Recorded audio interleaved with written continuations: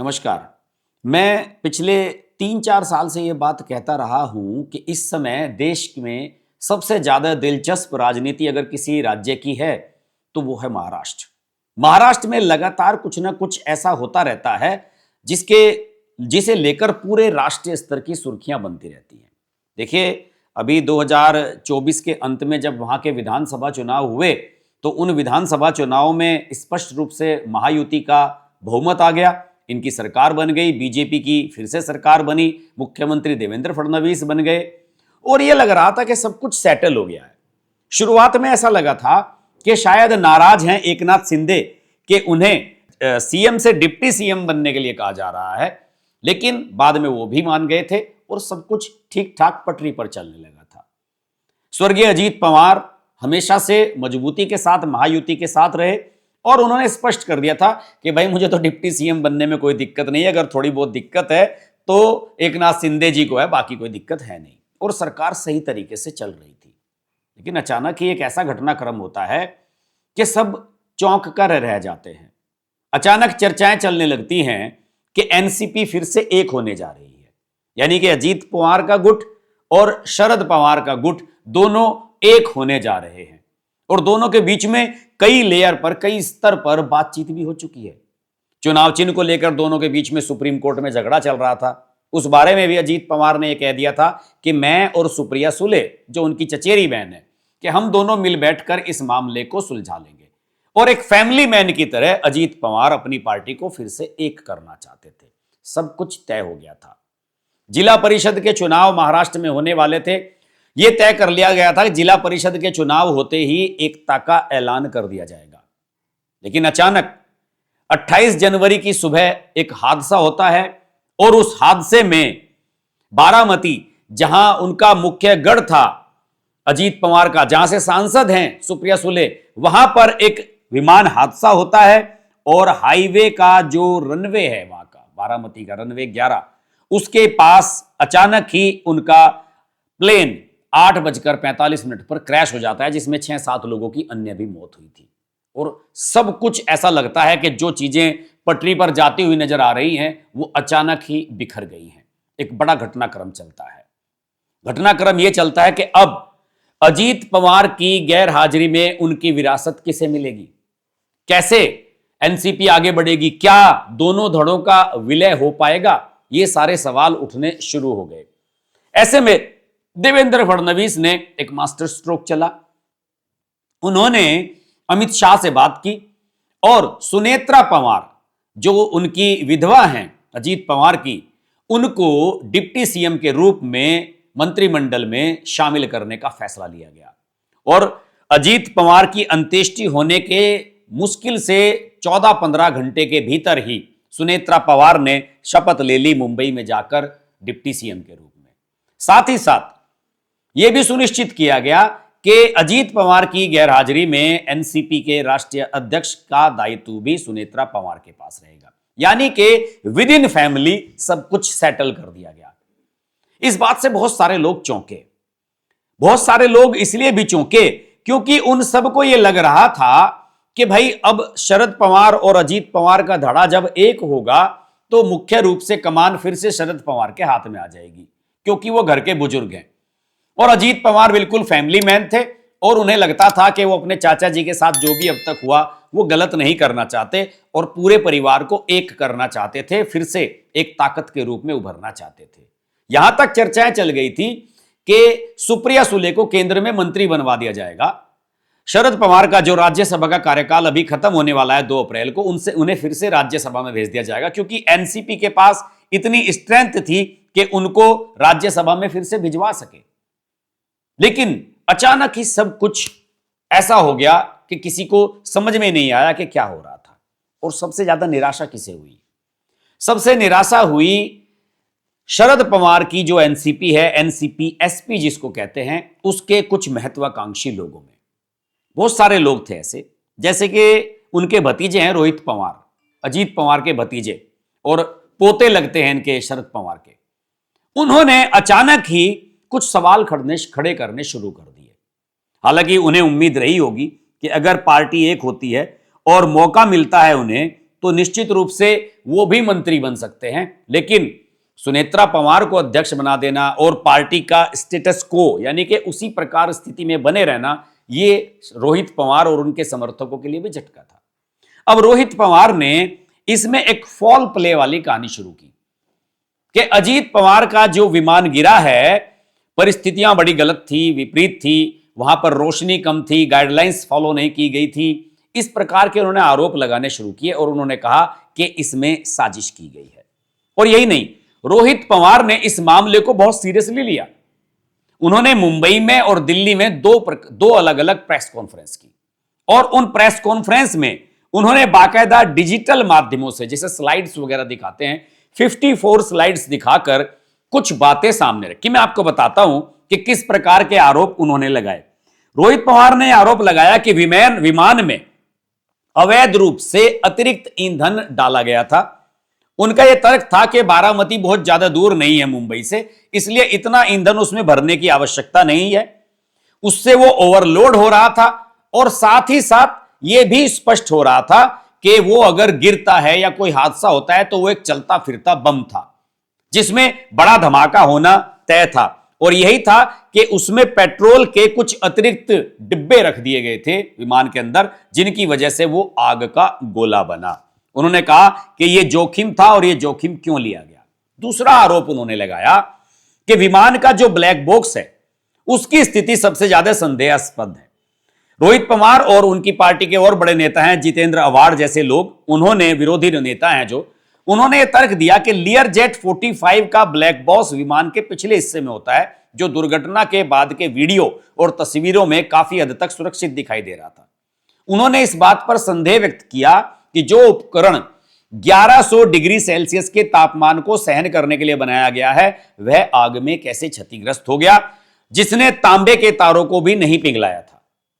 उन्होंने यह भी आरोप लगाया कि मानदंडों के अनुसार 2 घंटे की रिकॉर्डिंग होनी चाहिए थी, लेकिन केवल 30 मिनट की ही रिकॉर्डिंग उपलब्ध थी, जो साक्ष्यों के साथ छेड़छाड़ की तरफ इशारा करती है।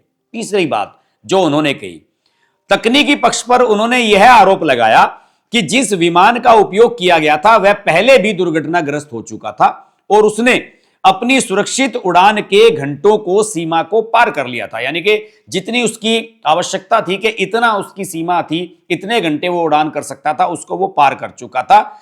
जहां आधिकारिक रिकॉर्ड 4915 घंटे की उड़ान दिखाते हैं, वहीं रोहित पवार का दावा था कि विमान 8000 घंटे से अधिक चल चुका था, जो 5000 घंटे की उसकी निर्धारित सीमा थी उससे अधिक चल चुका था। उन्होंने वीएसआर वेंचर्स पर दस्तावेजों में हेरफेर करने और पुराने इंजन पर विमान संचालित करने का भी आरोप लगाया। जिस कंपनी का वो प्राइवेट विमान था उसकी बात की जा रही है।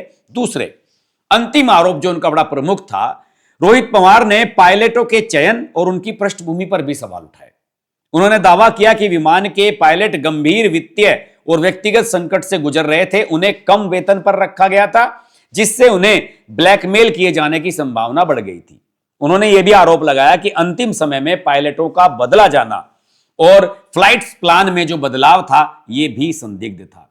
अब इस मामले में देवेंद्र फडणवीस सरकार के लिए स्थिति बड़ी असहज हो रही थी कि क्या किया जाए। रोहित पवार लगातार आरोप लगा रहे थे और देवेंद्र फडणवीस के सामने यह चुनौती थी कि क्या विपक्ष के नैरेटिव में फंसा जाए या इससे बचा जाए।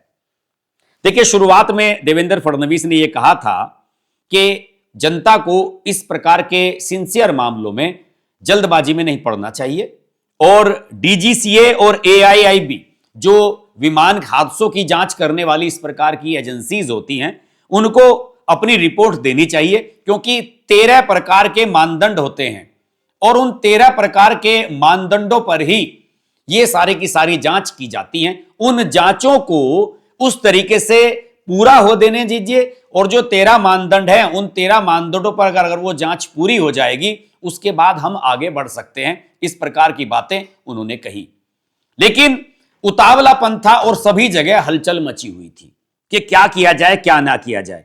और इसी बीच हुआ यह कि सुनेत्रा पवार ने भी सीबीआई जांच की मांग की। सुनेत्रा पवार अजीत पवार की पत्नी है।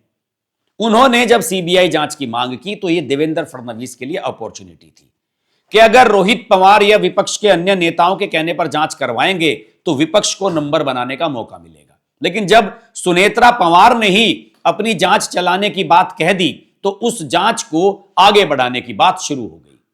अब सुनेत्रा पवार के कहने के बाद पूरा का पूरा सिनेरियो यह बना कि जांच करने के लिए उन्होंने सीधे सीधे सीबीआई जांच की सिफारिश की और इसके लिए फिर उन्होंने एक बार अमित शाह की मदद ली और अमित शाह ने सीधे सीधे उनसे यही कहा कि इसमें कोई दिक्कत नहीं है। अगर आप बिल्कुल आपका दामन पाक साफ है, आपको किसी प्रकार के आपके मन में कोई किसी प्रकार का चोर या संदेह नहीं है तो आप कीजिए सिफारिश सीबीआई जांच की। हम सीबीआई की जांच कराते हैं। अब सीबीआई की जांच के आदेश दे दिए गए हैं। मतलब देवेंद्र फडणवीस की सरकार ने संस्तुति कर दी है सीबीआई जांच की और सीबीआई जांच अब शुरू होने वाली है। अब इस पर सारा विपक्ष का खेल बिगड़ गया। रोहित पवार जो अन्य उनके समर्थक हैं उन सबके सामने एक परिस्थिति यह आ गई कि करें तो क्या करें, यह तो उल्टा पड़ गया दांव। सीबीआई जांच तो अल्टीमेट जांच है, इसके अलावा इससे बेटर जांच हो नहीं सकती। वो ये चाहते थे, रोहित पवार और उनके समर्थक ये चाहते थे कि जो राम नायडू हैं, जो नागरिक उड्डयन मंत्री हैं, सिविल एविएशन मिनिस्टर हैं, रामानुज नायडू जो उनका नाम है, उनको इस्तीफा दिलवाया जाए केवल इस छोटे से विमान हादसे की वजह से। इससे पहले अहमदाबाद में इससे भी बड़ा विमान हादसा हुआ था, उस समय भी राम नायडू से इस्तीफा नहीं लिया गया था, लेकिन वो चाहते थे कि राम नायडू से इस्तीफा लिया जाए और सरकार को, केंद्र सरकार को इसके लिए जिम्मेदार ठहराया जाए।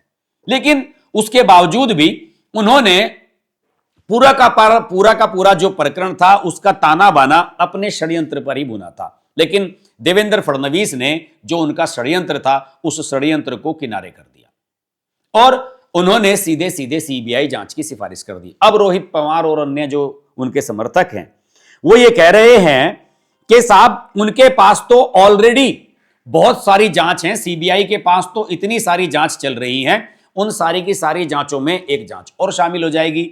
7,000 के करीब जांच चल रही हैं सीबीआई के पास। निश्चित तौर पर सीबीआई के बहुत बड़ा बैकलॉग है, सीबीआई के पास बहुत सारे मामले पेंडिंग हैं। तो उन्होंने अब क्या कहना शुरू किया है रोहित पवार ने?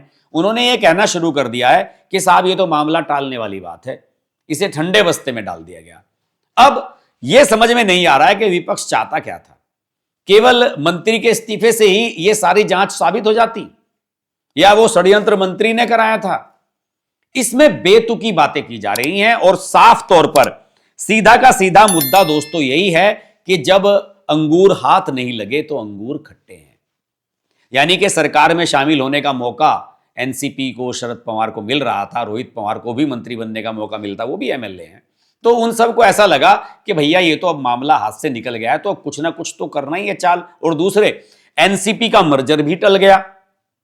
एनसीपी बनी बनाई एक जीती जिताई एनसीपी उनके साथ आ रही थी, वो मर्जर भी टल गया। तो इस तरीके से षड्यंत्र का जो हवा है उसको देने की कोशिशें वो लगातार करते हुए नजर आए, लेकिन पूरी तरह से विफल रहे। इस बीच एक कंट्रोवर्सी और भी होती है। अजीत पवार जो डिप्टी सीएम थे, वित्त मंत्री थे, उनके पास अल्पसंख्यक मंत्रालय जो माइनॉरिटी मिनिस्ट्री है वो भी थी। उधर अजीत पवार का निधन हुआ 28 फरवरी की सुबह और 28 जनवरी की सुबह और 28 जनवरी की दोपहर में 3 बजे के आसपास अल्पसंख्यक मंत्रालय ने महाराष्ट्र के 75 शैक्षणिक संस्थानों को अल्पसंख्यक संस्थानों का दर्जा दे दिया। बताइए, मंत्री जी का निधन हुआ और अचानक ही उसी दिन यह फैसला डिक्लेयर कर दिया गया। हो सकता है कि इसके लिए प्रोसेस चल रहा हो सकता है कि अजीत पवार अपने जीते जी इसकी मंजूरी दे गए हों, लेकिन अजीत पवार के निधन के कुछ ही घंटों के बाद इस प्रकार की घोषणा अचानक मंत्रालय की तरफ से हो जाती है। इसे लेकर बड़ा बवाल हुआ।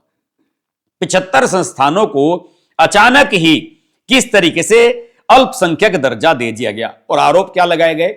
आरोप यह लगाए गए कि हर संस्थान से रिश्वत ली गई है 25-25 लाख रुपए की। अब आप 75 को 25 लाख से गुना कर लीजिए, कितना बैठता है कि इतनी रकम ली गई है। यह भी देवेंद्र फडणवीस सरकार के लिए एक बड़ी चुनौती थी। जैसे ही उनके संज्ञान में यह मामला आया, उन्होंने इन पर तुरंत प्रतिबंध लगाया। पहली बात तो इतनी बड़ी संख्या में अल्पसंख्यक मंत्रालयों को कैसे मंजूर, अल्पसंख्यक शिक्षण संस्थानों को किस प्रकार से मंजूरी दी जा रही है, उन्होंने सीधे सीधे इसमें हाई लेवल की जांच के आदेश दे दिए हैं। इस फैसले को भी देवेंद्र फडणवीस ने तुरंत से तुरंत पलट दिया और सारी परिस्थितियों को बिगड़ने से बचा लिया। दूसरे, अजीत पवार के प्रति उन्होंने एक अपना दूसरा भाव भी दिखाया। अभी हाल ही में बजट सत्र हुआ महाराष्ट्र का, उसकी शुरुआत में जो देवेंद्र फडणवीस ने अपनी स्पीच दी उसमें उन्होंने ये कहा कि अजीत पवार महाराष्ट्र के सबसे बेस्ट सीएम थे जो बन न सके। उनका कहने का तात्पर्य यही था कि अगर वो सीएम बनते तो बहुत बेहतरीन मुख्यमंत्री बनते, इसमें कोई शक नहीं है। और उन्होंने अजीत पवार को इस प्रकार की श्रद्धांजलि देकर एक बड़ा संदेश दिया कि महायुति की जो सरकार है वो इंटैक्ट है, मजबूत है और मजबूती के साथ खड़ी हुई है, चाहे वो राजनीतिक फैसले हों, चाहे वो प्रशासनिक फैसले हों, चाहे पारिवारिक फैसले हों। और मेरा मानना है कि सुनेत्रा पवार को एनसीपी के अध्यक्ष बनाना और डिप्टी सीएम बनाना यह भी देवेंद्र फडणवीस और अमित शाह का मास्टर स्ट्रोक था कि किसी प्रकार का भी विखंडन ना हो। और जिस प्रकार की परिस्थितियों में एनसीपी हमारे पास आई थी उसी प्रकार की परिस्थितियों में आगे चलती रही। लेकिन अब एक बहुत बड़ा सवाल बचता है कि शरद पवार राज्यसभा सांसदी उनकी खत्म हो रही है 2 अप्रैल को, 16 मार्च को चुनाव होने वाला है, तो क्या शरद पवार फिर से राज्यसभा में जा पाएंगे? क्या सुनेत्रा पवार अपने ससुर जी को फिर से भेजने की कोशिश करेंगी राज्यसभा में? ये एक बहुत बड़ा सवाल है और इस सवाल का जवाब भी निश्चित रूप से अमित शाह और देवेंद्र फडणवीस के पास होगा। लेकिन इसके लिए अभी थोड़े समय की प्रतीक्षा करनी पड़ेगी। आज के वीडियो में इतना ही। वीडियो अच्छा लगे तो लाइक कीजिए, शेयर कीजिए। चैनल को अभी तक सब्सक्राइब नहीं किया है तो सब्सक्राइब करना ना भूलें और नोटिफिकेशन का बेल आइकन जरूर प्रेस कर लें। अगले वीडियो में आपसे फिर मुलाकात होगी, तब तक के लिए नमस्कार। अगर आपको हमारी वीडियो पसंद आई तो वीडियो को लाइक करें, चैनल को सब्सक्राइब करें और नोटिफिकेशंस के लिए बेल आइकन को प्रेस करें।